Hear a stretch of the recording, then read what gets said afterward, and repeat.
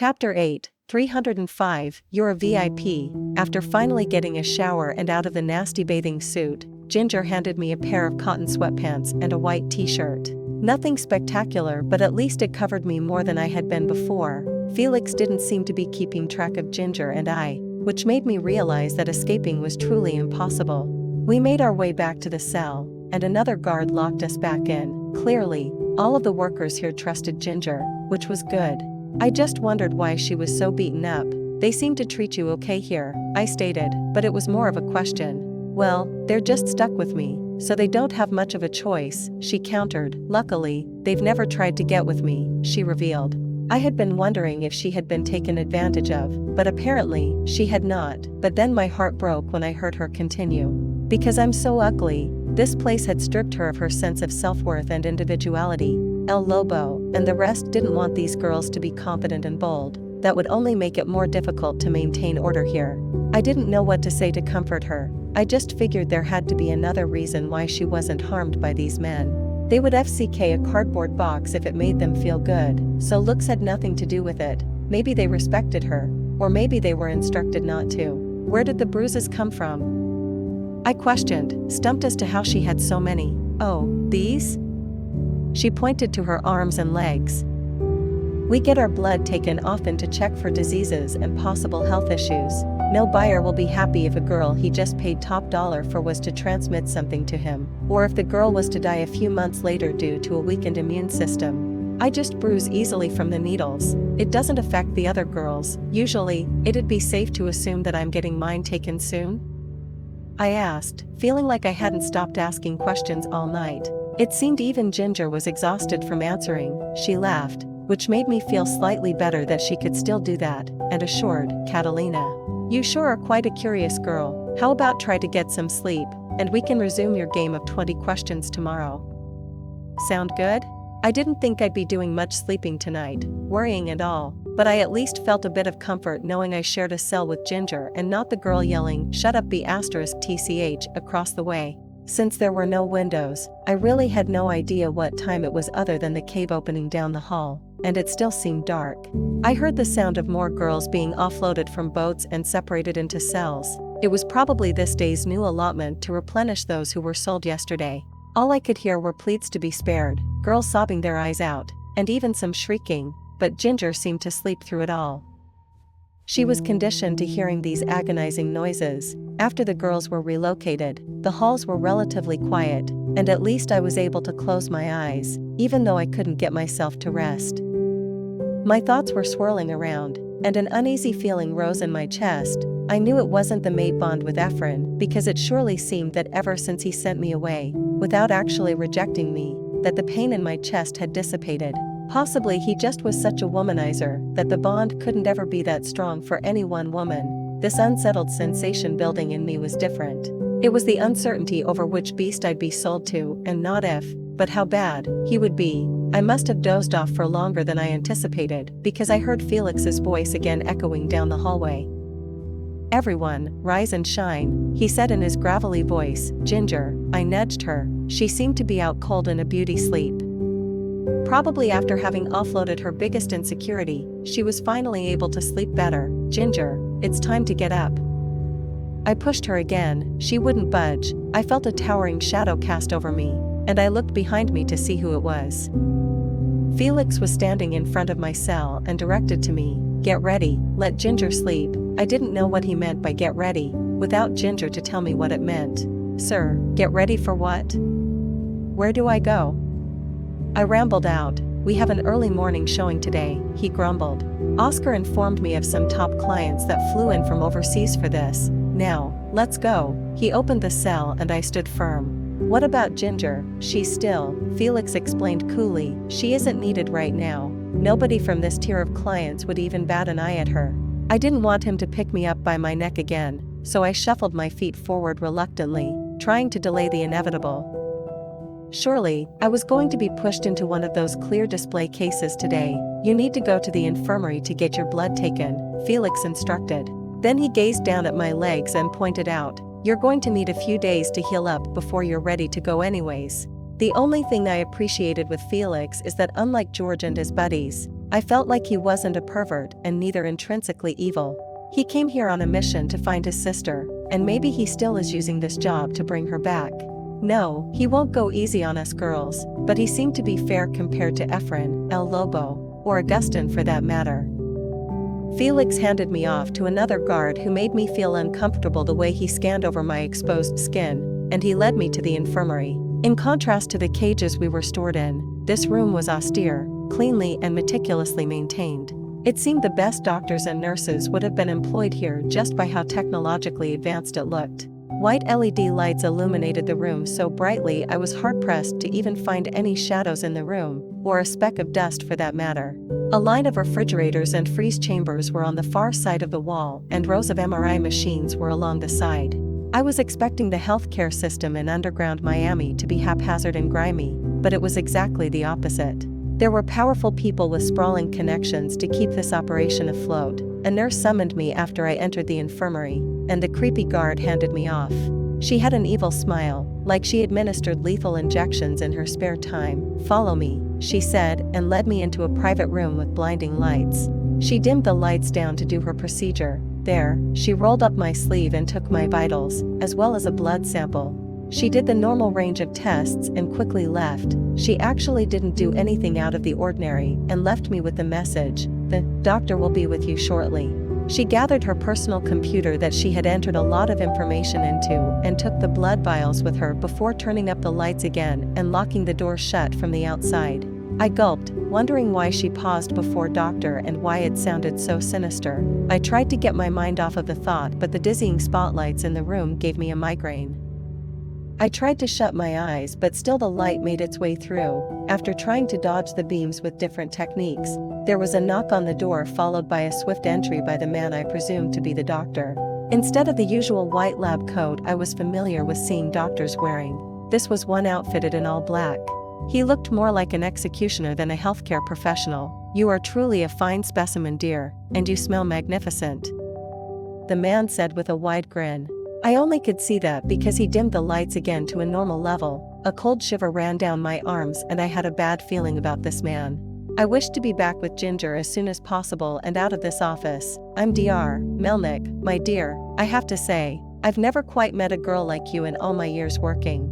He extended his hand, but my body was frozen. I didn't want to touch his hand either. A little shy, I see. "Not a problem," he played it off. "It must be weird being alone with such a striking man," he chuckled depravedly. The joke was on him because he looked even more repulsive than Oscar, which was saying a lot. My face was even and I didn't address his comment. "I wanted to know why I was here. They took my blood. What else do we need to do today?" I asked, hoping to get this examination over with. "Patience, my dear, patience. We need to wait until we get the results. In the meantime, how about we do an oral exam?" He laughed even louder, even more maniacal. "My teeth are fine," I grumbled. "Not on you, dearest, on me," he exclaimed, rocking back and forth on his chair from laughing. I found none of this funny. Then the doctor began, "Well, I hope you'll consider my offer. But first, I need to brand you." "What?" I leaned back. "Easy, easy. It's just like a tattoo. You'll need a number to go by," he informed, "so we can keep you tracked and traced should you find it fun to run away." He leaned in, his arms rested on his knees now that he had taken a seat next to me. His eyes were nearly black, and he had dark circles around his eyes. He looked like an albino snake, ready to strike at any moment. "I don't think our high bidders want their purchases to be tainted with a tattoo," I muttered. "Ha ha ha ha, your naivety really turns me on, young girl." He cackled maniacally. "This isn't a real tattoo. Have you ever heard of a GPS microchip? A microchip? Like the thing to track animals, I thought, but I never knew of a microchip capable enough to have a GPS. I started kicking my legs and trying to break free from the chair. It would have been a painless procedure, but you gave me no choice, the doctor informed me, his eyes narrowing.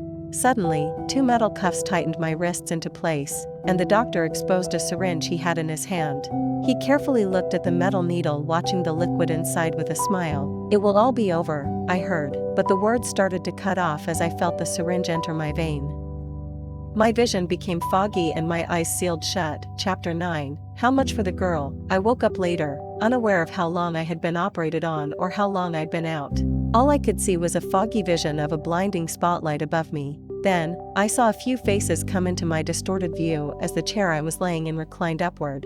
I heard muffled voices, and it took me a while to regain my grip on reality. Earth to 305, Earth to 305. I saw that same female nurse from before waving her hands in front of me. What the hell did she mean by 305? I looked down at my arms but didn't see any incisions. Then I glanced down at my legs and still I couldn't notice any differences. I began running my hands all over my body and froze when I felt some stitches on the back of my neck. What the hell is this? I screamed, and why are you calling me 305? I frantically ran my fingers over more parts of my body to feel for any differences from before. Why, dearest, that's your new name, I heard the doctor's squeaky pitch from the corner of the room. He came into focus. He ran his finger along the back of my neck slowly and leaned in closely to my ear, whispering, and that right there is the GPS microchip we were talking about. I could feel the condensation from his breath sticking to my earlobe. I wanted to ask Ginger after this if I could take a shower immediately. Now, unfortunately, I have to let you go, the doctor said as he glided around my chair and stood right in front of me, his all-black outfit contrasting with the pristine white of the operation room. I have more patients to operate on today, but dearie, I'll never lose track of you, he chuckled while pointing to my neck. I was seething. I wanted to shift right here and tear his tongue out so I'd never have to hear his devilish laugh again. But I couldn't shift. I didn't know how shifters were treated here, and that was something I wanted to ask Ginger about first. I hadn't smelled any so far while down here. Surprisingly, as I began walking out of the operating room, led by that unsettling nurse, I heard the doctor's voice beckon, "Oh, and dearie? No showers for at least 2 weeks until the incision heals. I'll make sure to let Felix know." And as if he was reading my mind, I couldn't even take the shower. I so desperately wanted to get the feeling of his insipid breath off of my body. I returned to my cell and was surprised not to see Ginger there, but then I also realized that she probably was fulfilling some duty of hers. I already had confirmation from Felix that she wasn't going to be in today's auction, and neither was I. At the cell, there was one tray of food laid out for me. It was a soupy tray of scrambled eggs and one baked potato. I wasn't sure how long that was supposed to sustain me, but I ate it. I looked at the cell across from me, and I saw one tray of just seaweed, and another of some sort of salad green. The girls were a bit heavier, and it seemed like everyone's diet was a bit different based on our size and what El Lobo wanted us to look like to garner maximum profits. I looked to be on the just the right size diet. I ate my morning breakfast slowly, staring out at the hall in front of me waiting for Ginger's return. I finished my whole meal without even seeing a soul walk by. They must have been busy with the elite clients who flew in today. I put the tray aside and sat back against the wall on the small mattress that Ginger and I were supposed to share. It was a rusty old spring mattress and smelled terrible. Last night, I let Ginger have the bed after she kept kicking at me unconsciously in her sleep. It felt good to finally lay down for a little bit since I didn't sleep at all last night. I let my eyes drift shut, and after getting a little bit of shut-eye, I was awakened to 2 men picking me up out of the cell. "What are you doing? Let me go." I kicked, my vision and mind still in a fog from my nap. "Put me down." I kicked my legs furiously. These guards were much stronger than George and the rest. I wasn't breaking free from their grasp. "Where are you taking me?" I yelled again, but the men wouldn't answer. Instead, exiting the infirmary was Dr. Melnick with that same wide grin plastered across his face. "Dearest, so we meet again." I knew we would. He chuckled. "Now, here's the thing, your results came in, and oh, did you not disappoint?" He licked his lips as he made eye contact with me. What are you talking about?" I stammered. "It turns out you were keeping secrets from us, huh?" He'd sked his tongue like he was scolding me. "You didn't tell us you were a shifter." "Yeah, what about it?" I spat back. "Wasn't much of a secret." "Well, you did a good job of hiding it, I'll tell you that." "Maybe that smelly girl Ginger's scent rubbed off on you and masked it," I snarled as he belittled Ginger. I was still in the arms of the 2 burly men and was losing feeling in my legs. "So, what does it mean for me?" I asked. "For you, not much," he admitted, "but, for us, oh, you're about to make us millions, dearie, millions." He cackled, and his laughs echoed through the hallway and reverberated back into my ears like searing knives.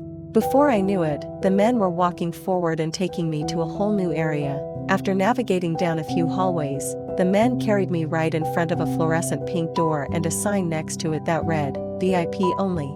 I felt nauseous. The men dropped me onto my feet. The one guard warned in a deep, grisly voice, "No one has ever come back once entering this door."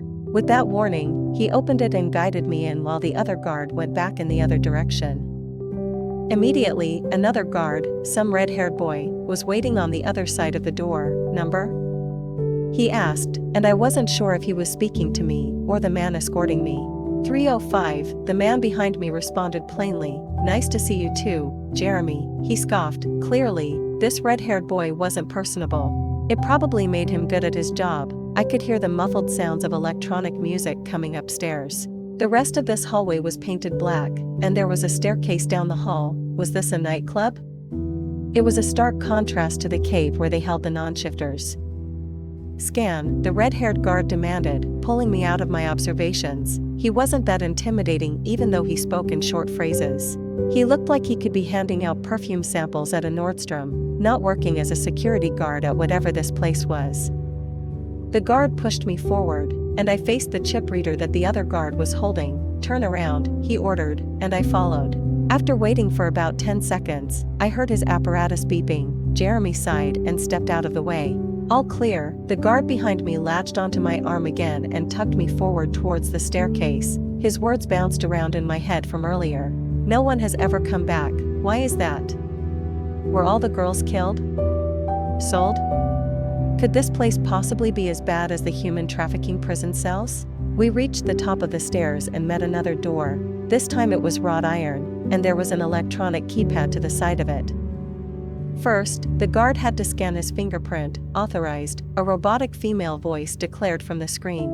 "Your turn." The guard released my arm so I could have my fingerprint scanned. I reticently lifted my right hand to the screen. It sat there for a few seconds, and I heard the robotic voice explain, "Registering user." Then, after a few seconds, the voice reappeared to confirm, "Authorized." The iron door slid open, and the guard grabbed my arm again, which I was getting annoyed by. Immediately, as the door parted from its seal, I was overwhelmed by the stench of alcohol and marijuana, as well as the blaring electronic dance music.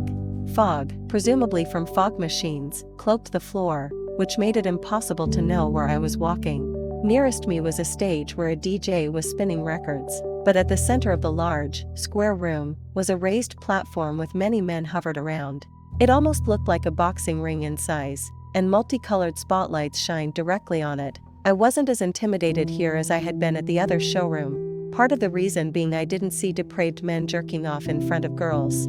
This seemed like any Miami nightclub, and even some women were in here amongst the men, too. We walked along the side of the room, seemingly not to draw any attention away from whatever the people were looking at. As we approached the center stage, I made out the scene, a beautiful snow-white wolf, standing in place. After a few seconds the wolf shifted back to her human form, and the whole crowd cheered. I heard the voice of the DJ beckon over the speakers. 243, isn't she lovely? We'll start the bidding at 150,000. I nearly choked to death. Did he say $150,000? The guard behind me chuckled. You're in the high roller section now. Interestingly, I didn't smell any other shifters in the crowd. It seemed like all of the people in attendance were pure humans, which made me wonder what they would use a shifter for at that price. Why do these people want to spend so much on a wolf? I asked curiously. It seemed like the guard wasn't adverse to talking like that Jeremy guy. Rich humans do as rich humans do. If I knew what it was to be a rich human, I wouldn't be working this SHTTY job, he sighed. The DJ's voice rang through my ears as his voice sounded like it was on fast forward the whole time. 150, 150, anyone 150, we have 150, anyone 160, 160 going once, 170, anyone have 170? A female voice screamed out from the crowd, 250,000. She was nearest to me, so I could hear what the man next to her, possibly her husband, had to say next.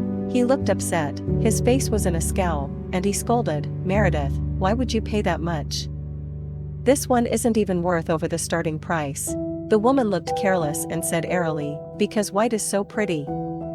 Imagine how beautiful she will look in our exotic pets enclosure. My attention was pulled back to the DJ, who was also skilled as an auctioneer. 250, 250, anyone 260, 260, anyone, going once, going twice, sold to the woman for $250,000. The woman started jumping up and down and gave her husband a huge hug. So, these humans just bought us shifters because we were exotic to them? There was no other reason than that? While some might have just viewed us as that, I worried others, more dastardly, might try to have sex with us to create their own hybrid children. Whatever their motives may have been, I was repulsed by everyone in this room. The guard finally led me to the far corner of the room, and since we entered from the back, we were near the entrance. However, knowing how El Lobo ran things, that entrance was probably just another secret door. "Hello, Rochelle," the guard behind me greeted. "Hi Christian," she sighed. Well, finally I had learned the guard's name, even though I hoped I'd never see him again after this. "She's all yours now," Christian said, handing me over to Rochelle. "You didn't FCK this one, did you?"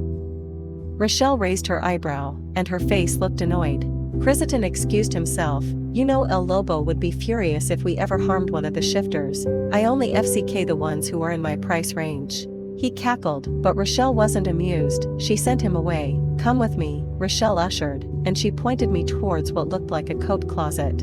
I was just thankful that she didn't grab my wrist. We were only a few strides away from the closet when a muscular, tall, long-haired brunette stepped in front of me. I couldn't see the front of his face, but I thought, how rude. Rochelle greeted the man. "Mr. Castaneda, I'll be right with you." Then Rochelle whispered into my ear, thinking nobody else could hear, "Stay right here until I'm done." "Got it," I nodded my head. "Here for your coat, sir?" Rochelle asked the man. A buttery smooth voice, that sounded like that of a radio host, seeped into my ears. His voice reminded me of the texture of fondue and caramel. His cadence was slow, yet composed. He seemed sure of every word he wanted to say. He stopped immediately after that, but I think I had a change of plans. Then, the tall man in front of me turned around, his hands tucked into his maroon blazer pockets. My eyes were drawn to his face immediately as it came into view, like there was a magnetic pull tugging my head upwards. His chocolate brown eyes met mine and lingered there for a few seconds. I felt like there were swirls of cinnamon sugar around the pupils. They were so mesmerizing. He turned back around to Rochelle. "How much for the girl?" Chapter 10, Dealing with the Devil, Efren POV. "The FCK you just said?" "Say it again?" My dad spat, slower, drawing out my words so my idiot dad could understand. I said, "I gave the girl away." My dad grabbed his glass of whiskey off of his desk, downed it, and then stood up. He waddled over to me and had to stand on his tiptoes just to meet my eye level. I wasn't intimidated. "You just gave her away?" He screamed, spittle splashing my nose and mouth. "She was an inconvenience, father," I smirked. That only caused his face to turn a brighter shade of red. My father backed away from me and brought my eyes directly in front of his. He knew he couldn't fight me. He started pacing in circles. "Do you know how much we could have sold her for?" he asked. "Probably a lot," I said carelessly. It was great seeing my father riled up. He had been such a terrible man to me over the years, never giving me any attention until I grew up and he realized my strength and size could be used as an asset to the pack. "We could have been the most powerful pack in Miami, you ungrateful bastard." My father walked towards the bar he had installed in his underground office and opened a new bottle of Maker's Mark. "Such a simpleton," I scoffed. "We? More like you?" My father's only intention was to gain more status for himself. He didn't care about the good of the pack. That's why I spent most of my time f***ing different women, because I had no interest in the sh** though my father was running here. I heard him pouring another glass of whiskey. "I built this pack up from nothing with my bare hands." Pause, I clarified. "Wolves have paws, not." My father threw the glass in my direction, something he seemed to enjoy doing. He missed by a mile, and I didn't even have to shift to dodge it. He was that far off. "You ungrateful F***ck. That's why I wanted an heir from Rodri's daughter." He confessed. "Ah, there it is, father, the truth is revealed." I walked forward, the sound of my black dress shoes echoing off the walls. My father's eyes started to widen. He wasn't so tough without his second glass of whiskey in his bloodstream. I continued, "And that's exactly why I gave her away." Well, I didn't plan to, actually. The bunch of idiots you employed couldn't contain her. My father backed up against the counter as I walked closer. I could see his knuckles turning white as he braced himself against the wood. What are you talking about? He stammered. I stopped a few inches away from my father. My dress shoe met his pair of creased loafers. The girl, she escaped. FCK, my father grumbled before sliding sideways against the countertop and circling the bar to get a new glass. He poured himself some vodka this time. He was a shambolic mess. I was ashamed to call him my father. Who caught her? He questioned, after making an sound after drowning himself in some Grey Goose. STLL, rather primitive in my opinion. I waited for him to pour another glass before telling him. I hoped he would choke when I said it was Oscar. My father brought the cylindrical glass to his chapped lips and began pouring the vodka down his throat. El Lobo, well, he didn't choke. Instead, he spat out the vodka like a sprinkler. Luckily, I wasn't in front of him. I had a date with one of Miami's top bachelorettes, and I just had my suit dry cleaned, that King rat of all people. My father growled at me. What made this whole thing better was that my father and El Lobo had quite a bad history, which had me entangled in the whole mess. Oscar successfully trafficked a lot of our she-wolves from the pack and then would sell them back to us at an exorbitant cost. My father would always send me to steal them back, and in the process, I had killed many of Oscar's henchmen. That was the exact reason I gave the girl back to El Lobo. I knew he wouldn't budge easily for my father, meaning, it was nearly impossible for my father to ever get his hands on her again, and I'd be free from her without having to do anything drastic. He did me a favor, father. I had to repay the kind gentleman, I sneered, laughing at my father's pain. That beer-bellied FCK never did a good goddamn thing for us, my father shouted. He began pacing behind the bar with his hands behind his waist.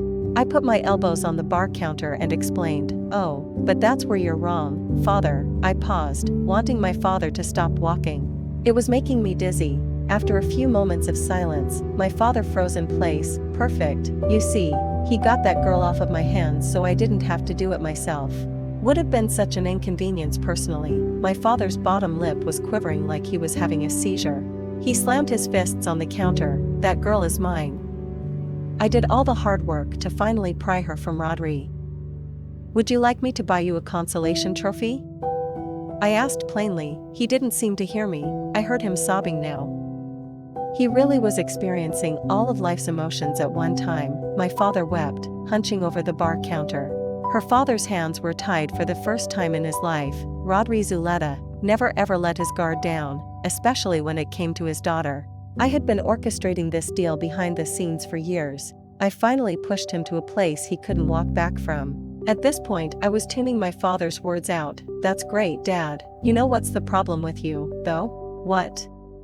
My father shouted, sniffling at the same time. You can't seem to finish, I cackled. It was a sore subject because his ex-wife had had him castrated. I saw his jaw drop. He scurried around the corner of the bar. But he was already wasted. I'll kill ya, you worthless bastard. He made too sharp of a turn and lost his footing. He wiped out, and his head smacked against the hard concrete. At least wait until I'm done f***ing Eleanor Castillas tonight. She's been on my list for a while, I exclaimed to my father who was wriggling on the floor. His eyelashes were beating so I knew he wasn't dead. I considered helping him up, but then I remembered how Eleanor was Miami's hottest real estate mogul, and she hated tardiness. I didn't want to be late to pick her up. Marco POV, hello, Augustin? I answered suspiciously. I hadn't gotten a call from that man in at least a decade. We made an agreement years ago to stay out of each other's territories after having too many deadly run-ins. On the other end of the line were words that were nearly unrecognizable. He sounded sloshed, just as I remembered. Call me back when you're sober, okay? I declared. I didn't like having my time wasted, especially by him. Marco, MYYYYYYY man, Augustin slurred. How well you been? Fine, until you called, I responded. Anytime I got a phone call from Augustin, it was never good news. One of my wolves had been killed, or he needed something. I suspected the latter was what he was after today. Ha ha ha, Marco, still bitter as Eva, he joked. I wasn't bitter, I was just strict, and I was fine with it. It allowed me to run a tight operation, get to the f***ing point, Augustin, or I'm hanging up, I demanded. Whoa, hold on, I got an offer for ya. I heard Augustin coughing on the other line like he just snorted a line of coke. How classy, spit it out. He had 10 seconds, or I was hanging up. I need you, my OL buddy OL pal. He started giggling like some sort of kid on crack. Can I help you locate me a girl? The slurring was replaced with misplaced words, but I understood the gist of it. Like any true businessman, I asked, how much is my payout? He started laughing again. Good question. Straight to business. Just how I like it. This was King painful. How about 500,000? He offered. He had to be joking. What, 500,000 enchiladas? Who the FCK are we talking about here? Augustin clarified. 500,000 of those fine collard greens, my friend.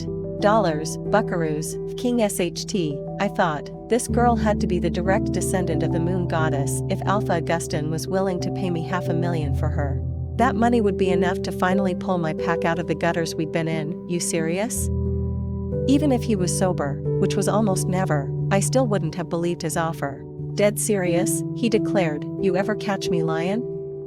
He followed up. It was true. Augustin might have been a hot mess, but he always kept his word. He stuck to it for the past 10 years. I'd hear him out on this one. I need to know more first. This girl going to get SHT stirred up between other packs?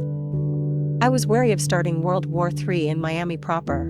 Indeed, it might, but I gotta tell you, Marco, this girl is worth the tea trouble. Augustin stuttered. This girl better be damn good to be starting a nuclear war over. I huffed. 2 words, Rodrigo Zuleta. What the FCK about him? I tossed back. He isn't a BTCH worth 500,000 beans. Augustin better not have been f***ing around this whole time. Not him, his daughter. You've got to be f***ing kidding me. What was Augustin doing with Rodri's girl? Everyone in Miami knew not to mess with Rodri over his daughter.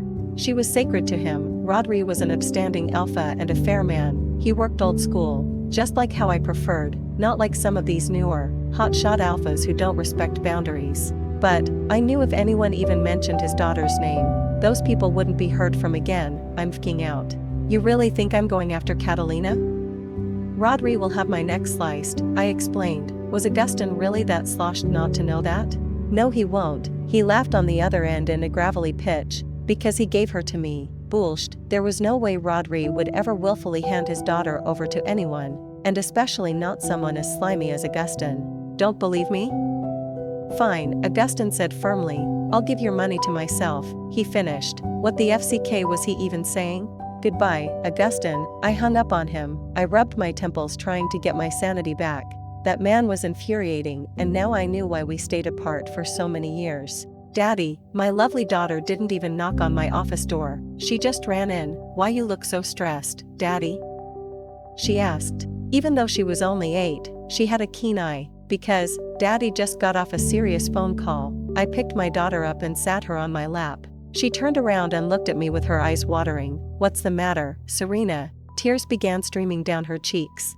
Between sniffles she confessed, Mommy said we have to move to a smaller house because Daddy, F-word you told me never to say up. I don't want to move, Daddy. All my friends are here. My wife had been increasingly irritated with me these days because of our financial situation. The BTCH now was telling my daughter our problems. That's what I got for marrying a billionaire's daughter. Always expecting SHT and throwing tantrums when she didn't get it. I didn't care much about my wife, but my daughter was the greatest joy of my life. Serena, honey, look at Daddy. I lifted her chin so she could meet my eyes. I wiped away her tears with my finger. Her skin was so innocent, so soft. I hated to see her cry over me. Daddy will never let that happen, okay? Now go back and tell Mommy she was mistaken. I rubbed her back lightly. Really? My daughter looked at me with disbelief. Really? I nodded in reassurance. Okay. Love you, Daddy. Serena hopped off of my lap and ran quickly out of my office. I heard her saying, Mommy, guess what Daddy told me? At the top of her lungs, I unlocked my phone and looked at the recent calls history. I clicked on the first entry. I pressed, call, hello, Marco, my man, FCK off. I'm not doing this for you. I spat caustically at the phone. This was all for giving my daughter a better life and not thinking of her dad as a loser. So we have ourselves a deal? Augustin started coughing again on the other end. Yes, I replied coolly. Good, now get me the girl, Augustin ordered. I'll see what I can do. Chapter 11, we have a deal? Matias POV, how much for the girl? I asked Rochelle, the woman in charge of the coat check. I'd seen this girl walking all the way across the room. I should have been enthralled with the shifting show going on in front of me, but I wasn't. I wasn't even here to buy one of these shifter puppets that humans found pleasure in collecting. In fact, this whole trafficking ring repulsed me, as a shifter myself, but this girl, not the one I was looking for, stole my attention. She walked with confidence, this girl, not like the others that were led to auction. Her onyx-colored hair flowed freely to her waist, and surely in her wolf form, she'd have a pure black pelt which would command top dollar at auction. I'm sorry, Mr. Castaneda, she's not for sale yet, Rochelle informed me. That answer wasn't going to work for me.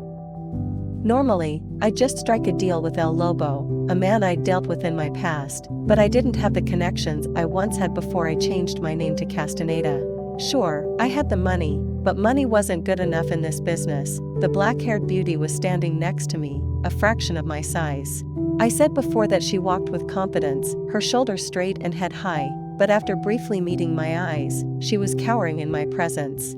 I didn't intend to scare her, but I understood that asking for her price was a bit douchey. You know me, Rochelle. I'd pay more than anyone else in this room could. How about we spare the room the disappointment when I walk away with her? I curved the edge of my lips up in a smile, trying to work my charisma overtime. Mr. Castaneda, I deeply apologize for the inconvenience, but you know, I am not in charge of the sales here. I just do the administrative stuff. She pointed to the coats as if that was this club's version of the administration department. Rochelle continued, but I can call El Lobo down here if you'd rather speak with him. She raised an eyebrow at me. No, that won't be necessary, I concluded. The problem was that talking to that man would surely blow my cover, and I'd never be able to return here again. And I had to. Buying this beautiful woman didn't mean I found what I wanted. Very well, Rochelle nodded, and she grabbed the beautiful woman's arm and began to lead her back into the coat room, which we all knew were living quarters for the shifters waiting to be auctioned off. Before you go, I declared, and Rochelle immediately turned around. I even saw the beautiful girl tilt her head in my direction. I briefly forgot what I was going to say after her dark eyes, which reminded me at the center of a poppy, her full lips almost the color of its petals, caught my attention again. I'd truly never seen a woman this beautiful since my late wife passed years ago. At that time, I told myself I'd never want another romantic relationship ever again, and my mind told me to let this girl go. Let her walk back into the coat room and go back to what I came here for, looking for the one I'd abandoned. But my heart wouldn't relent. Maybe this might change your mind, I said, handing a card over to Rochelle. Her pupils dilated when she saw what was written on it. I deeply apologize, sir, let me see what I can do. Rochelle nodded but still had hold of the girl I wanted to buy. I didn't like that. And leave the girl here, I requested. You have my car keys with you so you know I can't go anywhere. Rochelle stammered, and I took a step closer. I grabbed and rested my hand on her shoulder. I repeated myself, I assure you, you can trust me. I smiled again. I didn't want to intimidate her, rather, I intended to create a feeling of comfort. Yes, Mr. Castaneda, Rochelle nodded, but it seemed more like a bow. I'm sorry for going against you, I nodded, and she ran off. I guess even as Matias Castaneda, I still held that kind of power. Now that Rochelle was out of the way, I was alone with the girl. She still wouldn't look at me. Ahem, I cleared my throat. I'm not one of these people, if that's what you're wondering. It worked. Her enchanting eyes met mine, and I felt I was sucked into them like black holes. You're still everything I hate in a man, she said firmly. My jaw nearly dropped. No one ever dared to speak to me with such irreverence. Clearly, her confidence was back. What makes you say that? I questioned as I positioned my back so that other bidders couldn't swipe glances at her. She scoffed, use their power to get what they want. She broke eye contact and tried looking around. I wasn't sure if she was searching for Rochelle or someone else. I'd call that tenacity, I chuckled. She wasn't amused. Whatever it is, I don't like it, the girl declared in a hush.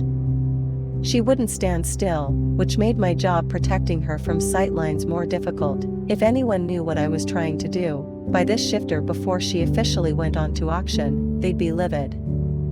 It could be enough to cause a boycott on El Lobo's auctions in the future. I don't need you to like me, I said. Then what do you want me for? You here to buy me for your personal zoo? To make shifter hybrid babies for you? To walk me around on a leash like I'm your pet?" She spat. I couldn't help but laugh. "Clearly, dear, you don't know who I am," she clapped back, "and I don't want to either." The girl kept moving around, and it made it difficult to get a good look at her without having to bend my neck. I just wanted to see her effortless beauty. Effortlessly. "I need your help," I finally admitted. Her eyes flicked up at me. "And I'll compensate you greatly for it." Again, there went her eyes, staring into mine, drawing me in like an optical illusion. This time, it was me who pulled away. I shook my head. Something about this girl felt all too familiar. My mind must have been playing tricks on me. Surely, it wasn't her. For what? She asked curtly. I cast aside the thought in the meantime. "To help me find someone. And why do you need to buy me for that?" She replied, "I have my reasons." I stood firm. I reasoned with myself that despite this girl's eye-catching appearance, she could also be of some assistance. Otherwise, I'd just have to keep sifting through haystacks. Blindfolded, the girl pursed her lips, and a shadow of doubt seemed to cover her face. We were out in public amongst powerful and dangerous people. I couldn't be honest unless we were in private confines. "Well, I'm not going to help you," she said. Right as she said that, Rochelle came walking back at a hurried pace alongside a tall, lanky gentleman who I knew just by his profile. She stepped aside, out of earshot. "Felix, it's been a while." I reached out my hand to shake his. "Mr. Castaneda.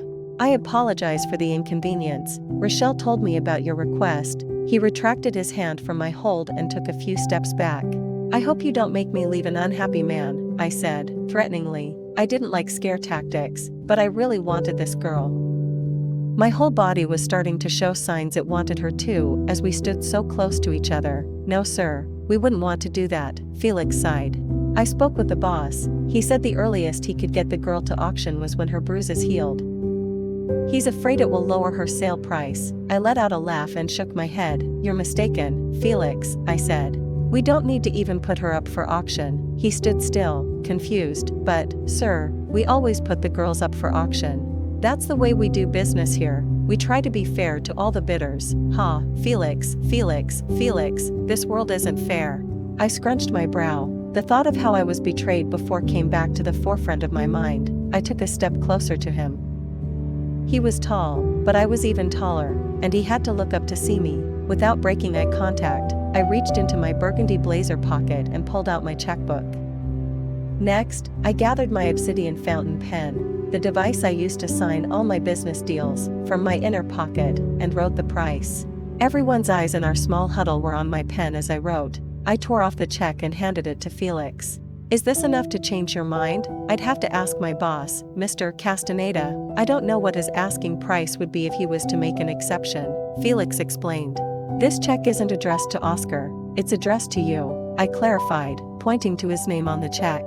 Felix, a man who was normally stoic and hard to read, was unable to control his expression. His eyes were wide, and it looked like he had to catch himself from choking. I leaned into Felix's shoulder to whisper, "I know how you got here, Felix. Between you and me, this could go a long way to help find your sister." Felix's body shuddered when I said, "Sister, how did you know?" He stuttered, "I know a lot of things, Felix." I smirked. "Now, do we have a deal, or not?" "But, my boss, he'll kill me if the girl isn't here," he countered. "Would you like me to make the check payable to him instead?" I held up my empty checkbook. "I'm afraid that was my last one," Felix stammered. That won't be unnecessary, sir." "Good. So, we have a deal?" I asked to confirm. Why yes sir, yes we do," Felix answered. I shook his hand and patted him on the shoulder. I leaned in again to give him some advice, to take the money and run. El Lobo would FCK him over the second he had the chance. I pulled back. "A pleasure doing business with you, Felix," I exclaimed, not looking back at him. My only focus was on the girl. "Rochelle, my coat if you please," I said loudly, signaling to her. The girl in question touched Felix's arm and something unspoken passed between them. I was rather more concerned with my new purchase, so I paid little attention after that. Rochelle ran back quickly with my belongings. "Thank you, Rochelle, for all your work today." I slipped her a few $100 bills in my appreciation. "Thank you, Mr. Castaneda." She bowed in front of me. Then she went back to the coat room as though nothing had transpired. I was alone with the enchanting woman I'd just purchased. After you, miss. I began as I opened the side door so we could make our way to the car, but I paused wanting to know her name. She huffed, Zuleta, Miss Zuleta. The words rolled off of my tongue. Her name was as smooth as her skin looked, and it made me think again that I had heard it before. Zuleta, Zuleta, Zuleta. My mind kept repeating her name. As much as I enjoyed saying it, I knew there was a reason why I was fixated on it. Zuleta. I knew someone by the name of Zuleta from a long time ago. I ran my hand across my forehead, trying to think amongst the loud noises of the electronic dance music on our way out of the auction room. Then it hit me, Zuleta, Rodrigo Zuleta. I was now in possession of his daughter. Chapter 12, Familiar Faces. Catalina POV. After going through a side exit, presumably to avoid getting caught at checkpoints since I was technically stolen goods, we arrived at a sleek gray Porsche. I was surprised that we didn't have to navigate through a million different secret passageways to get here. I was expecting my papa's lesson that it's always easier to get into things than out. Oh, was he so wrong about this one? I wasn't even here a few days, and I already was out of that hellhole. However, I wasn't in the clear yet. This man, although it didn't quite seem like it, could be my next worst nightmare. Only time would tell. He walked over to the passenger side of his speedy gray sports car, the color matching the peppered tints in his long, brunette hair. I'd never met a man his age, at least early 40s I assumed, who had such majestic hair. I guess I was used to bald heads like my father. My new owner had his hand on the door, yet he stopped midway from opening it and began undressing. I knew it, this slimy F***CK. If you would, Miss Zuleta, take my suit jacket. The air conditioning in the car is quite cold. It was more of a command than a question because he immediately wrapped the blazer over my shoulders, but I didn't reject it. Immediately as his jacket shawled over me, wrapped in the soft, silken interior lining, I felt protected. His wine-colored blazer wouldn't have done much as a barrier against physical attacks, but it made me feel powerful, like I fell into the right hands, and the doubts I had about this being my worst nightmare seemed less and less likely. Although, maybe this was all a charade to earn my trust. A rush of dark chocolate and button sage infiltrated my nose as his scent was coated in the inside of his jacket. The aroma was the perfect blend of sweet, hearty, spicy, and subtly bitter, all at the same time. Thank you, Mr. Castaneda, I nodded. Before I heard him unlatch the car door, my eyes were drawn to his chocolatey eyes, and it felt like I couldn't look away. Please, call me Matias, he requested. I saw the corner of his eyes turn upward, which told me he was smiling, but I couldn't confirm that because I was too mesmerized by his eyes to look at his lips. I felt like I'd been staring too long and anxiously broke his unwavering gaze and began stepping into his car, which was a lot lower to the ground than I expected and nearly tumbled in ungracefully. Matias, caught my arm as if he saw the whole event unfolding ahead of time. Even through his suit jacket, I could feel the power radiating from his fingertips. The energy was subtly warm, but not boiling, and it coursed through my veins even through the diluted barrier of fabric. Finally, once I was safely in with my seatbelt on, Matias gently closed my door and walked around the back of the car until he reached the cockpit of his matte gray spaceship. He entered, and he had no problem sitting down, and every movement of his getting inside was fluid and graceful. Even the way he fastened his seatbelt was smooth, buttery, unlike the yanking I did to get it to the required length to reach the fastener. Ready? He looked over to me and smiled. I didn't see his eyes looking elsewhere like most men had when they were so close to me. It made me relax slightly, as much as I'll ever be. I sighed, but he chuckled, his laugh low, yet measured. As much as he was proving to be better than I thought by his etiquette, I wasn't going to allow him to think I was some pushover or easy girl to win, just so he could get inside me. Which, I never was going to let happen. He turned a button on the left of the dashboard and the car rumbled a gravelly pitch. It felt like 600 horses were going to be escorting me around the streets of Miami. The energy of the car alone invigorated me, but for Matias, his face was even-keeled, as if he'd done this a million times. Suddenly, Matias reached his long arm over to my headrest and placed his hand on it as he looked over his shoulder. I thought he was trying something funny until I realized he was just backing up. You have a backup camera, I alerted him. I know, he answered rather smugly. I had it specially ordered as a safety measure for my daughter since this was her favorite car to drive. Why don't you use it? I interrogated him further. I don't trust machines made by humans. Then he chuckled. Well, neither do I trust humans. So, you don't trust yourself then? I countered, picking apart his weak argument. I knew he was just trying to get closer to me. He exhaled a light sigh. Miss Zuleta, I'll have you know, I'm not human. Yeah, nice try. You expect me to believe that? You attend auctions to buy shifters. No shifter would have interest in buying us as some exotic pet, I scoffed. Indeed, I'm a shifter, believe it or not. And like I said before, I was there looking for someone. He put the car into drive and raced off. He was using a stick shift, but his shifts felt seamless, like he was driving an automatic. And you got distracted, I muttered to myself. But he must have heard me as a laugh came from his direction, though his eyes focused on the road ahead. I knew he was lying, because although he smelled damn good, he definitely didn't smell like a shifter. A shifter's scent would be nearly impossible to mask at this distance. I've learned to love spontaneity in my older age, he stated coolly. However, I couldn't help but notice that his older age didn't really look old at all. He seemed like he was just entering his prime. Physically, he maintained himself fastidiously. I assumed he was one of those 5 o'clock in the morning gym rats.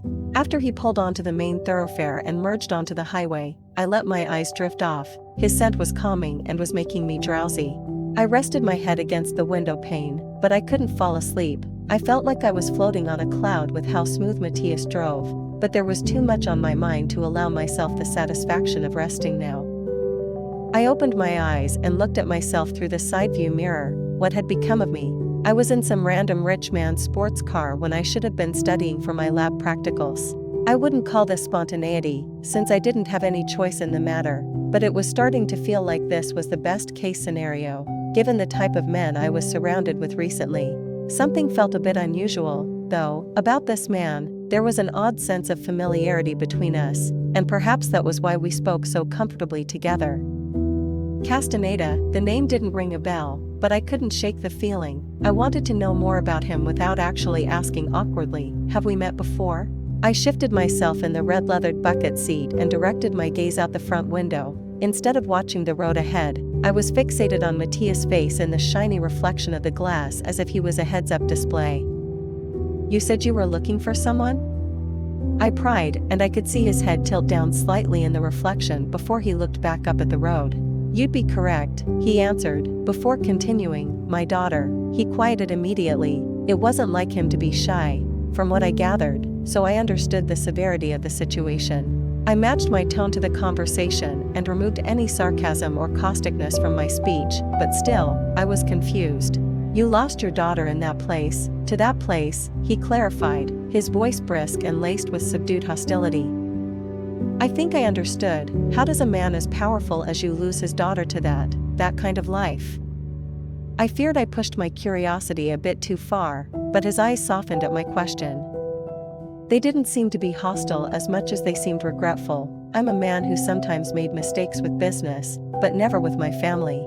I did my best to keep the two parts of my life separate, but, one time, a mistake I made in business flowed over to my family. He paused and I could see through the reflection that his eyes looked a bit hollow. I shifted my head over to look at him directly, but he caught the change in the atmosphere and shook himself out of his trance. Whatever memory he was withholding clearly was one that he hadn't fully overcome. I wanted to ask more, but it was selfish to persist. To my surprise, however, he continued, instead of any details relating to how his daughter ended up there, Matias stuck to the specifics. There was a bit of anticipation in his cadence as he spoke. I'm sure, as a new arrival, it is unlikely you saw her. She has long brown hair, like mine, and sparkling blue eyes. Unfortunately, I only had time to meet one girl, but your description didn't match hers. The girl had blue eyes, but her hair was shoulder length and bright red. They called her Ginger, I relayed to him. No, he shook his head. Her name was Lucia, and she hated having her hair short. She'd never allow it. They didn't change your appearance when you went there, did they? Matias questioned. That'd be the only way, for me. No, they did not, I informed him. It's possible they would, but they always wanted to garner the highest price tag, and no offense, a red-haired bob haircut wouldn't be as attractive a selling point as long, wavy brown hair. Very blunt, I like it. I saw a smile returning to his lips. I didn't want to add more dejection to him, so I kept the rest to myself. Ginger was a human, she had been locked up in the human trafficking cells, and if they did blood work on every single girl who passed through there, they easily would have found out she was a shifter, scent or no scent. And most importantly, Ginger told me her father died years ago. Besides just the mismatching descriptions, the different name, which I saw no reason for her to lie to me about, the fate of her father was probably the most damning evidence that she wasn't who Matias was looking for. "I'm very sorry, Matias, that I couldn't help," I muttered as I looked down at my thighs. I don't know why, but I was feeling bad for this man. I shouldn't have been feeling anything for him yet, most definitely not sharing his sadness, but I understood what it meant to lose someone I loved. I still felt that the moment my papa handed me over to Efren, that I lost him as my father, my protector, my everything. "No worries," he assured me. We pulled up to a gated entrance, where he rang the buzzer, and the tall wrought iron barricades parted open for the car to pass through. "It seems you won't be needing me anymore then," I mentioned, since I wasn't of any use locating your daughter. As much as I felt bad, I also wanted to go home to my normal life again, to return to university, to hang out with Miriam. And most importantly, to see my papa and ask him what the hell he was thinking. Matias sighed as he slowly drove up the long driveway that had towering palm trees lining it. "Although, I certainly won't make you stay, Catalina. I would like to help you, if I could." "Catalina, did I hear him right? How did you know my first name?" My eyes darted directly towards him. Matias spoke nostalgically, "Rodrigo Zuleta and I go back a long way." Chapter 13, Living a Twisted Fantasy. Catalina POV, "How do you know my father?" I asked, my voice shaky at the sound of my papa's name. Matias continued driving, and still, there was no house in sight. I should have been more nervous about being alone with this man, heading down a shrouded driveway with foliage all around us, but I was more concerned with his mention of my papa. "Business partners," Matias stated plainly. His answer was so vague, but I knew men in the mafia always spoke in generalities. "Care to elaborate?" I pressed, "How about once we get inside?" He looked over at me and gave a friendly smile, one that didn't rouse any uneasy feeling in me. Moments later, we arrived out from under the trail of darkness, and staring me directly in the eyes was an estate house, one that sprawled further than my vision could take in without rotating my head. "Welcome to mi casa," Matias chuckled as he parked the car in front of the mansion, which looked to be 95% glass, and the rest just exotic wood. It reminded me of the resort we stayed at in the Malaysian countryside when we were visiting my mother's family. In fact, now I wasn't so sure if this was a hotel or just his personal abode. "This is your home?" I interrogated, although I realized it probably came off as rude to doubt the man that paid an exorbitant amount of money for me. "Never doubt Matias Castaneda," he chuckled. Immediately 2 butlers came walking up gracefully to both of our doors and opened them. The female servant's white glove extended and took my hand, helping me out of the car. "Rodri never spoiled his daughter like this?"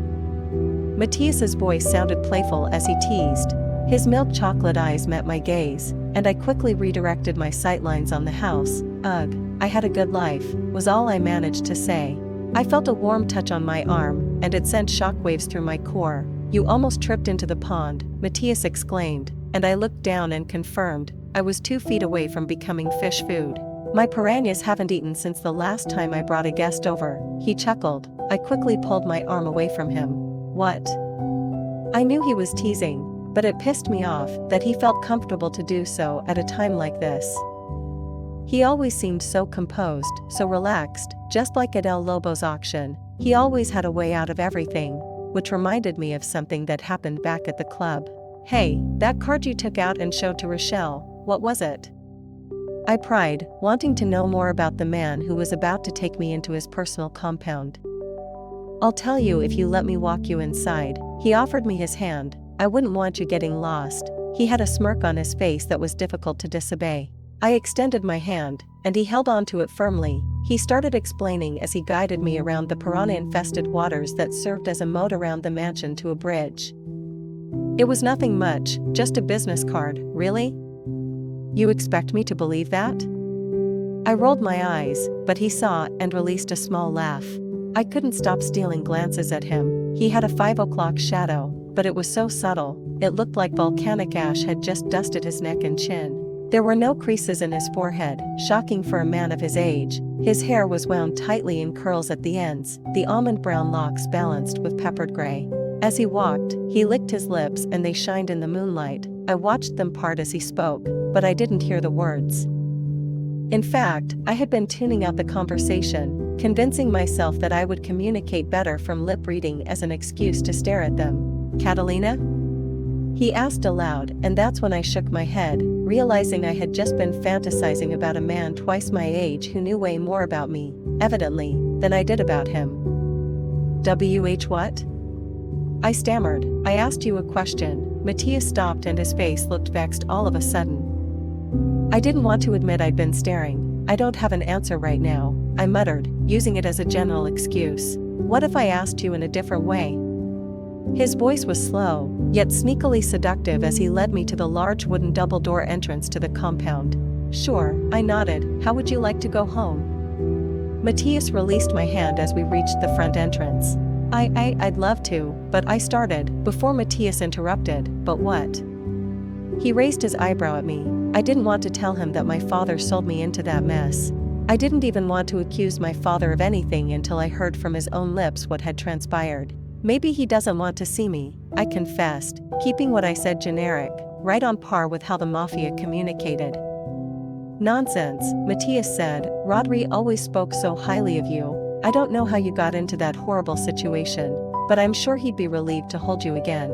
I thought to myself, yeah, I don't know how I got into that situation either. Matias led me into what he confirmed to be one of his many residences around the world, and accompanied me down a slew of hallways, decorated in a minimalist style. As we were walking by, I couldn't help but notice one room's door that was shut in the same wing, and I wondered if it was his daughters who didn't return home. He told me he'd be right back after he led me to what he called the reading room, which had a glass roofline, an indoor waterfall on the side of the wall, as well as tropical foliage like we were inside of a botanical garden. He returned to me holding a pair of clothes. "They're my daughters, but you should be around the same size," he discerned as he did a quick scan of me with his eyes. He didn't linger long on any part of me, which made me feel more comfortable. I reluctantly took his daughter's clothes, which immediately made me feel regretful. Here I was being returned home to my father, but thousands of other young girls still remained as Desaparecidos disappeared. "Thank you," I told him, and he showed me to the bathroom where I could change. "I'll have a maid bring some food to your room for you, and after a good night's sleep, we'll see your father. I'll be at your door to fetch you at 8:00. I nodded in agreement, not knowing what to feel at the moment besides wanting to change out of these dirty clothes and lay down on a nice comfy bed.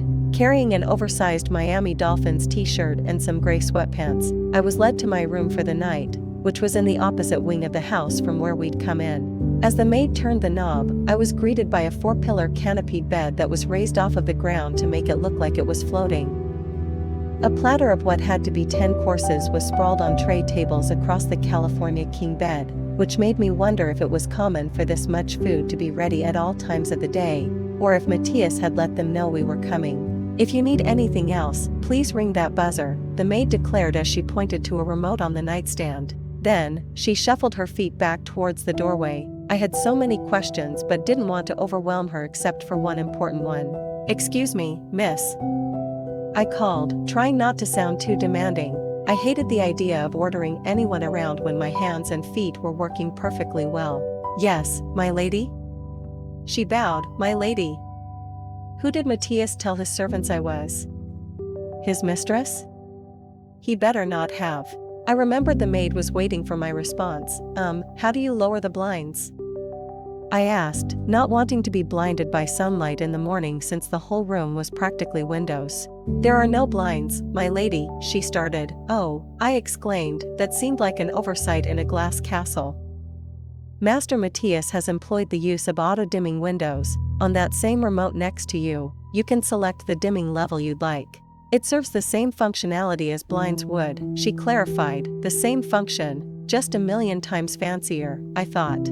After lying to the maid that I had no more questions, I let her leave me. I played around with the auto-dimming windows longer than I'd like to admit, ate 1 out of the 10 plates that were served to me, and then, noticing the large ceramic bathtub at the corner of the room, I decided it might be nice to relax in the tub. I turned on the water and dropped in a jasmine tea-scented bath bomb, changing out of the fresh set of clothes that Master Matias gave me. Yeah, there was no way in hell I'd be calling him that. I climbed in the steaming water and wiggled my way down. The soap irritated the cuts on my legs, but after a few minutes of stinging, my whole body felt numb and melted beneath the water. All my worries had temporarily evaporated, and just like a child again, I played with the bubbles floating on the water's surface. So, tomorrow was the day I'd see my papa again. I wanted to give him the chance to explain himself, and if it was money related, I would assure him that we'd be fine, that I would work hard to help him in other ways. Originally, I felt beyond betrayed when he handed me off to Efren, but I lived by my mother's rule that everybody deserves a second chance, but no one deserves a third. This was my papa's opportunity to make things right with me, maybe naively so. I thought we could go back to how things were before this whole mess started. I remained in my ignorant fantasy land a little while longer. It was a twisted fantasy, yes, going from cum-filled brothels to high-bidding auctions to this private oasis, but even I knew that every dream, and every nightmare, had to come to an end. I wondered why the water was still warm after having been sitting in here so long, and then I looked over to the digital controls that were on the side of the tub. It seemed there was a temperature maintenance button that would keep the temperature steady at the preferred degree. There was also a reverse osmosis mode to prevent wrinkles. I clicked that, too, for good measure. I allowed my eyes to close amidst sitting in the 75-degree water, easing all the tension in my body as I let myself float on the water, ignoring the huge bed that was calling me across the room, ignorantly telling myself just 15 more minutes and I'd go to bed. Catalina. I heard a voice calling out, but I assumed I was dreaming it. Then, I heard a few knocks on a door, which also seemed distant enough that I didn't need to worry about them. Catalina. It's 8:30. I'm coming in. I didn't mind, there was room enough in this tub for two, I muttered in my dazed subconscious. Hello? Catalina. The sultry voice was much louder now, and then I shook my head and pried my eyes open at the realization that I was supposed to meet Matias outside at 8 o'clock. I blinked my eyes rapidly, trying to gain a sense of time and place, and I found myself still soaking in the bathtub, the water still a warm temperature. I rushed to get out of the water. When I turned to exit the tub, I noticed Matias standing right in front of me. Chapter 14. Hi Papa, I'm home. Catalina POV. Good morning, Miss Zuleta, Matias greeted nonchalantly. Good morning? This is how you greet your guests?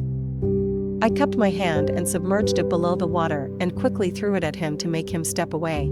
He didn't even flinch. We agreed on 8 o'clock. He reminded me sternly. I don't like being late. Well, I'm sorry, but if you didn't notice, I can't get ready until you get out of the room. I quickly turned around to grab a towel that I had placed on the edge of the bathtub last night, using my hand to try and cover my most vulnerable areas, which he'd already seen. I wrapped the towel, quickly, to cover my midsection from my breasts to my thighs, but my hair was dripping wet since there were no more towels nearby. Would you like another towel? Matias offered. I was already annoyed with being encroached upon in my room. Well, his room, but still, the space he'd designated for me. You think this is funny?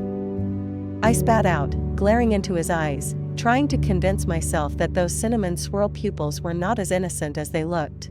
He shook his head. Miss Zuleta, does it look like I'm smiling? No, it was true, he wasn't, but maybe this was his way of having fun. He continued again. As I said, we're late, this is an embarrassment to my name. Matias then walked towards the bathroom to grab another towel. I scurried after him to defend myself. It's just my father. I don't care if we're late, I argued. This isn't some business meeting or anything with consequences. Matias sighed. Maybe to you, it's not, but to me, everything is business. Real cynical. I rolled my eyes, but luckily he didn't see. I saw that, he declared, and then I noticed the wall of mirrors waiting for us in the bathroom. He opened a wooden pantry that had dozens of crisp white towels, folded to perfection, and pulled one out. He handed it to me, and upon touching it, I noticed this was less like a towel and more like 1,000 tiny cotton balls sewn together. It was that soft. Thank you, I said, my annoyance slowly slipping away. Matias reminded me, as I'm sure your father has taught you, everybody in this game wants something. If you start realizing that everything is business, you won't get hurt. I was slightly distracted by the feeling of the cotton towel as I was wrapping it around my head and asked, what about family? thinking about what my father had done. Ever heard of family business? It's the same thing, just we pretend to like each other, Matias warned, which made me self-conscious. So, everything my papa did up until now, and how he treated me, was all transactional? All to get some dividends out of me? I wasn't sure, that's why I had to talk to him first. I assume you need more clothes unless you really want to greet your father again in a dolphin shirt and sweatpants, Matias declared, pulling the conversation back to something more tangible. You'd guessed correctly, I answered him. Matias informed me that he would have a maid fetch an outfit from his daughter's room and that I was expected to meet him in the car no later than 8:53.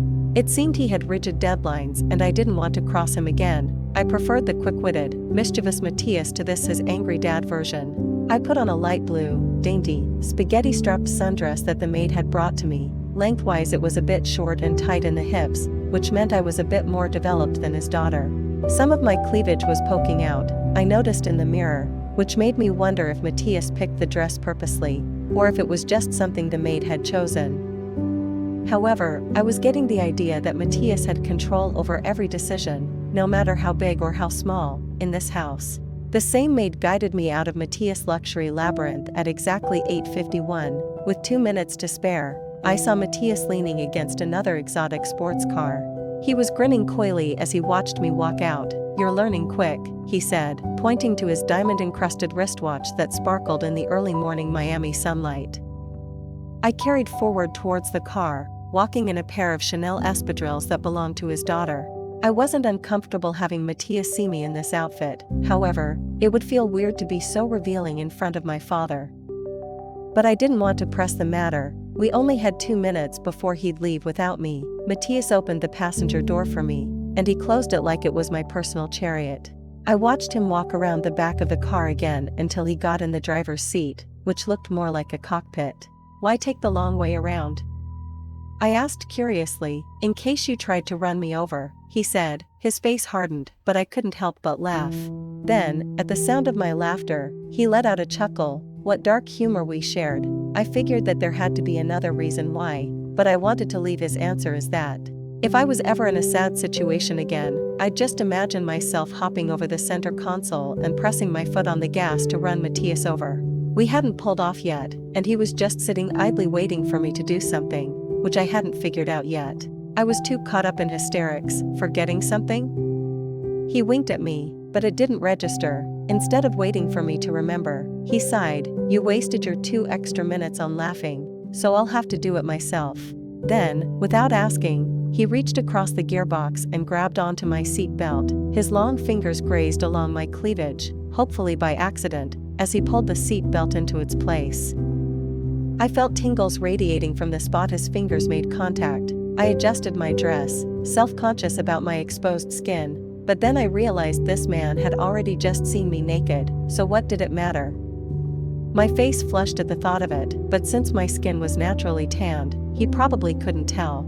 Thank you, I muttered, but I could have done that myself. You could have, but you didn't, Matias remarked. I was waiting for him to lighten up and laugh, but he didn't. Instead, he started poking buttons which he called a launch sequence. What are you doing? I asked, genuinely terrified why he was referring to this as a sequence shared by rockets.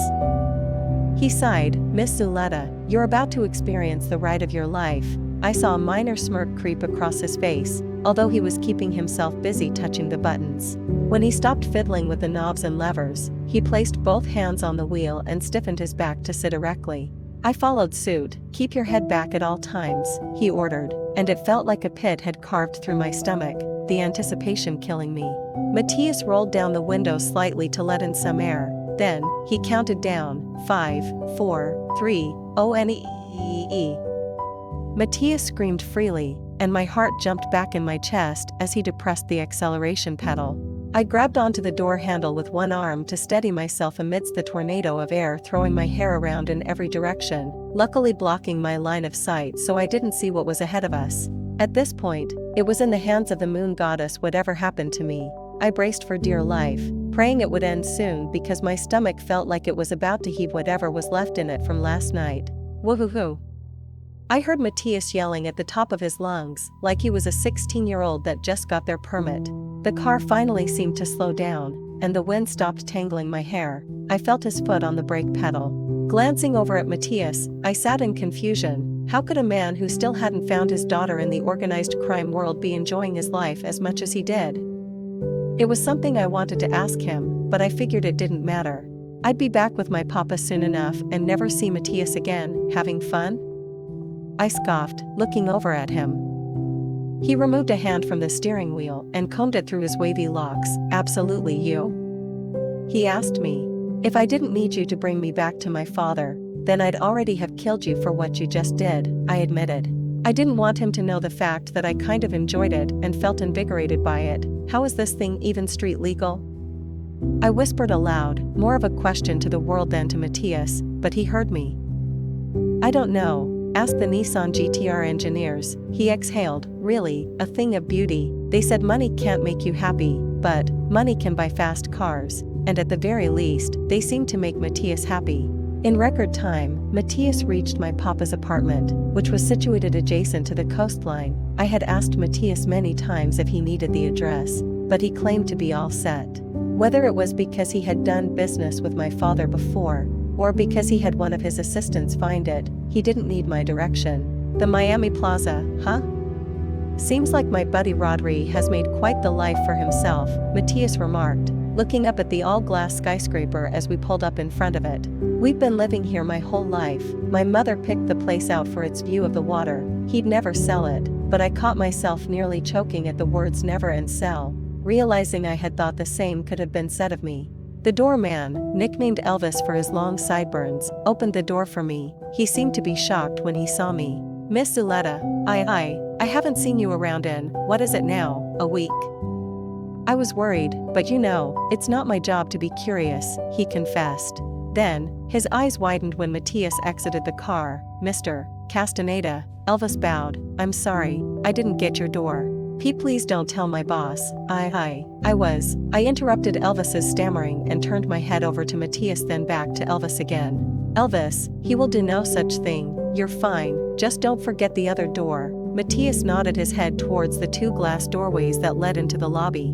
Elvis ran straight up to them. Absolutely not, sir, I would never, Elvis exclaimed, and I turned around and punched Matias on his bicep.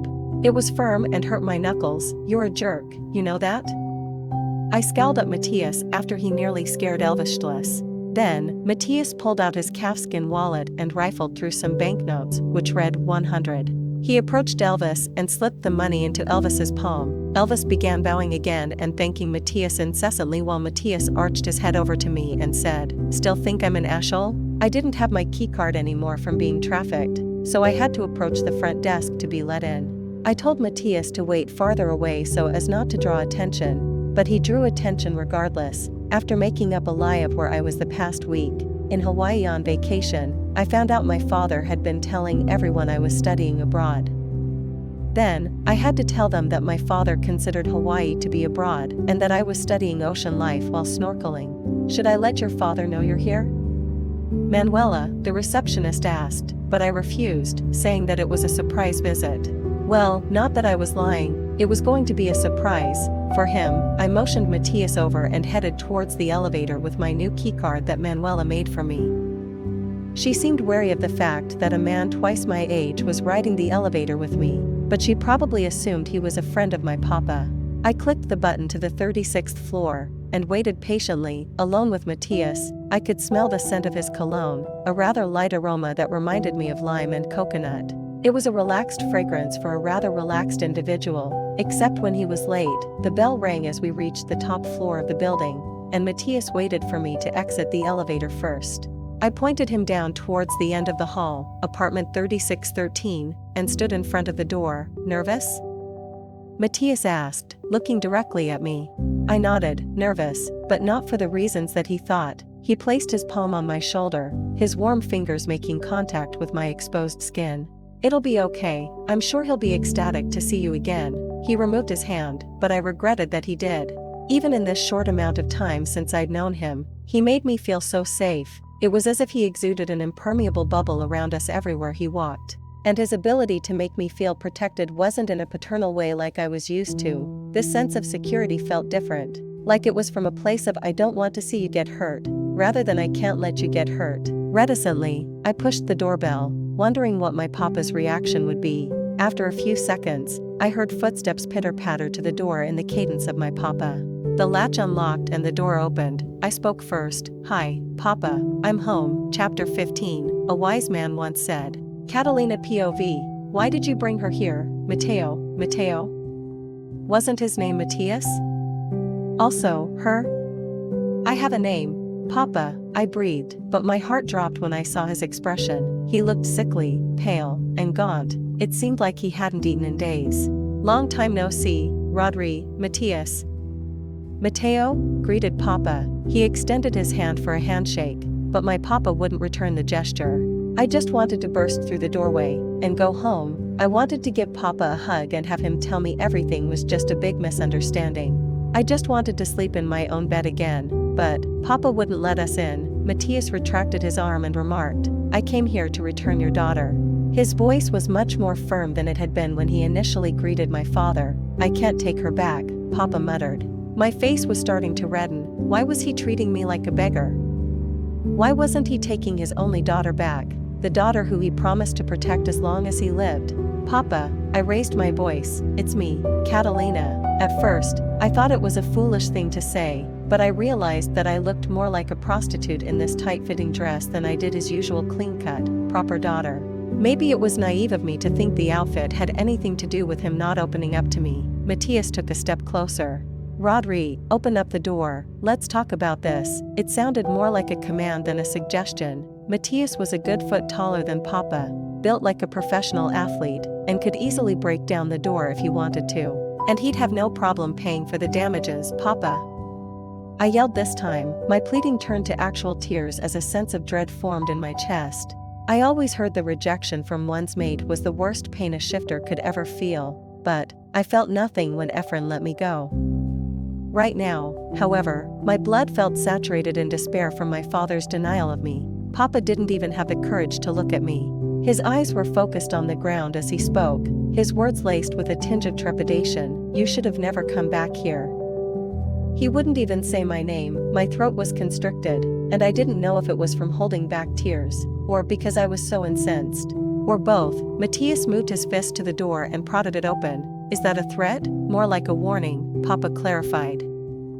I could see Matias's face become hardened, and his eyes narrow. The chocolate brown cinnamon rolls that originally drew me and burned to a crisp. Now, he looked like he was going to teach my father a lesson. Papa said matter-of-factly, "I'm sorry, but you should go back to Efren, daughter." I winced at the name Efren. That was when I knew my father had lied to me my whole life. He didn't want to protect me until the day he died.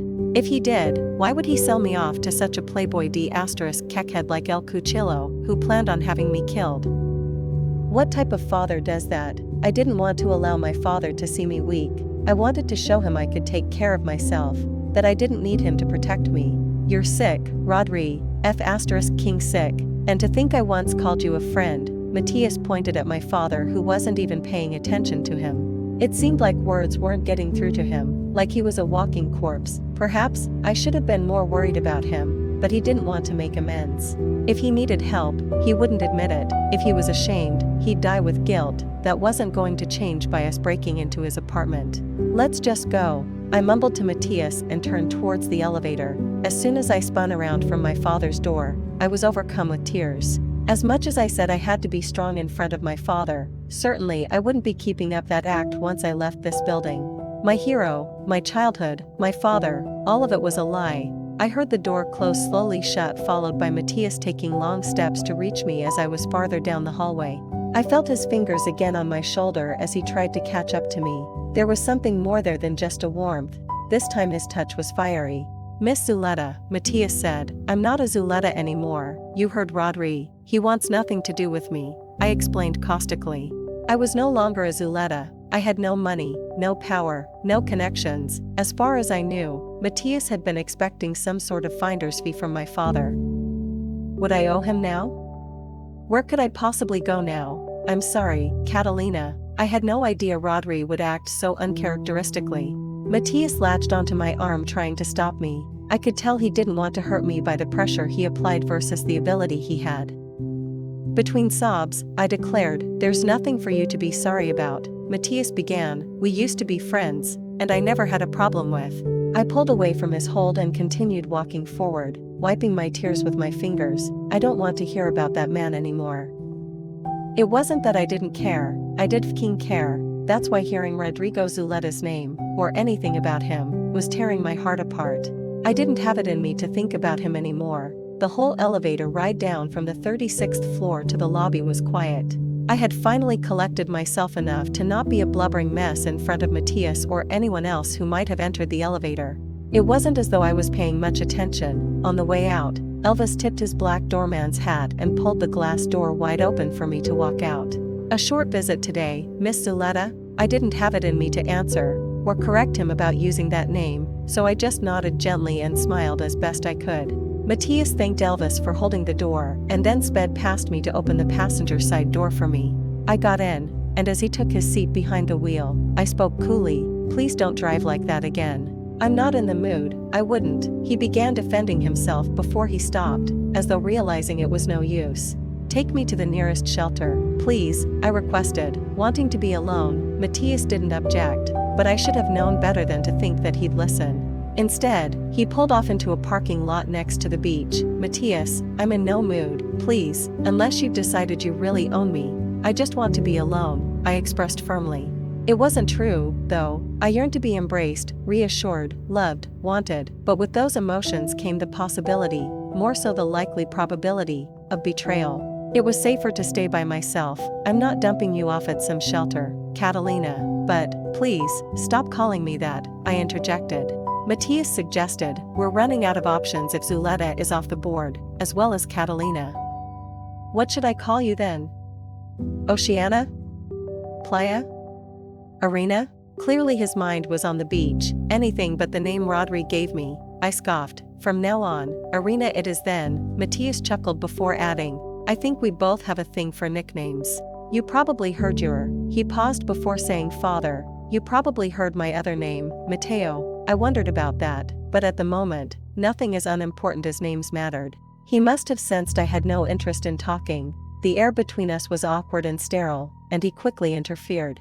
"How about this, Miss Arena? I'll leave you alone, but allow me to take you on a stroll down the beach. It's a beautiful day outside, and I want you to realize the world is still beautiful, even if the people aren't." Without giving me the opportunity to object, Matias made his way around the back of the car and opened the passenger side door for me. He extended his hand to help me out, and as much as I wanted to deny him, I also knew he wouldn't relent, and it was easier to go along with it so that I could get my alone time. "Watch your step," Matias lightly warned as he effortlessly pulled me out of the car. "What are you doing?" I asked, bewildered, when I looked down at his feet. "Taking my shoes off. We're supposed to feel the sand, if not. What's so special about the beach?" I was shocked to see someone as polished as Matias enjoy racing cars, and now, walking barefoot along the beach. He was defying my expectations. He still had a youthful energy about him where he didn't take his life too seriously, despite the fact he was somebody's father. He was right, though. Sand between my toes, instead of lodged inside of my shoes, sounded rather sublime at this moment. If I could just listen to the ocean's waves, let my toes sink into the sand, and allow myself to be swept away by the morning Miami breeze, then maybe I could forget what had happened, momentarily. We started walking together side by side down the beach, which was not heavily trafficked at the hour. I felt relieved that I didn't have to look anyone in the eyes, and I could get lost in the feeling, that was, until Matias began talking, which pulled me right out of my meditative state. "Nature never betrays us," Matias remarked. I wanted to keep my lips shut, but I was one that always had to pick apart an argument. "That's why my grandmother always said I'd make the best lawyer." "What about natural disasters, hurricanes, tsunamis?" "That feels like betrayal." "It may seem that way, but it's just nature's way of reminding us not to overstep our boundaries," he countered. I didn't know where he was going with this discussion other than it felt obtrusive when I already made it clear that I wanted to be left alone. "It's like a subtle warning," he added. "Thank you, Confucius, for the wisdom," I uttered sarcastically. It wasn't supposed to make it out of my mouth, but it managed to make Matias laugh. "All I'm saying is that, as humans, we take advantage of those entities that can't defend themselves. Then he switched the conversation over towards something more relatable. If you want to survive in this world, Arena, you need to find a way to protect yourself. I snorted in disbelief. I stopped walking, and so did Matias. I looked at his sun-kissed face and met his eyes with a tinge of anger. So, you're blaming me for what happened? Absolutely not. I'm trying to make sure you never get hurt again, he stated softly.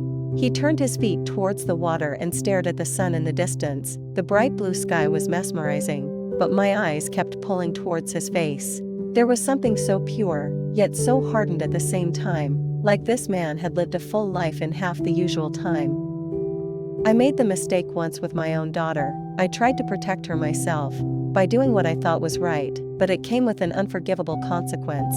He paused and I noticed his eyes become glossy, but maybe it was just the reflection from the sun. In a slow cadence, he continued, only you can protect yourself. You can't trust someone else to do that for you. His words emanated from a place of pure grief. I could tell by his eyes. You are a strong woman, Arena, you don't need a man to take care of you anymore, he said plainly. I didn't know what to say. I never thought I'd see this man, who clearly had such a wall built up around him in the public sphere, be so vulnerable, be so wise, be so understanding. Even though you're still young, he continued, I see wisdom far beyond your years. Not everyone gets the opportunity to live out their full potential. Don't let it go to waste, Arena. After a few moments of stillness, only the sounds of seagulls and rippling waves making their way into my ears, Matias announced, well, we should be heading back. I'll call up my buddy to get you a room at the Four Seasons. It's not far from. At that moment, I didn't know why I felt the urge to kiss him. Maybe it was because he saved me and sought nothing in return, or maybe because he gave me a second lease on life, or maybe even because he was doing the job Rodri was supposed to, look out for me, that I wanted to show my deeper appreciation for him. In any case, my lips met his, and the touch of them was electric.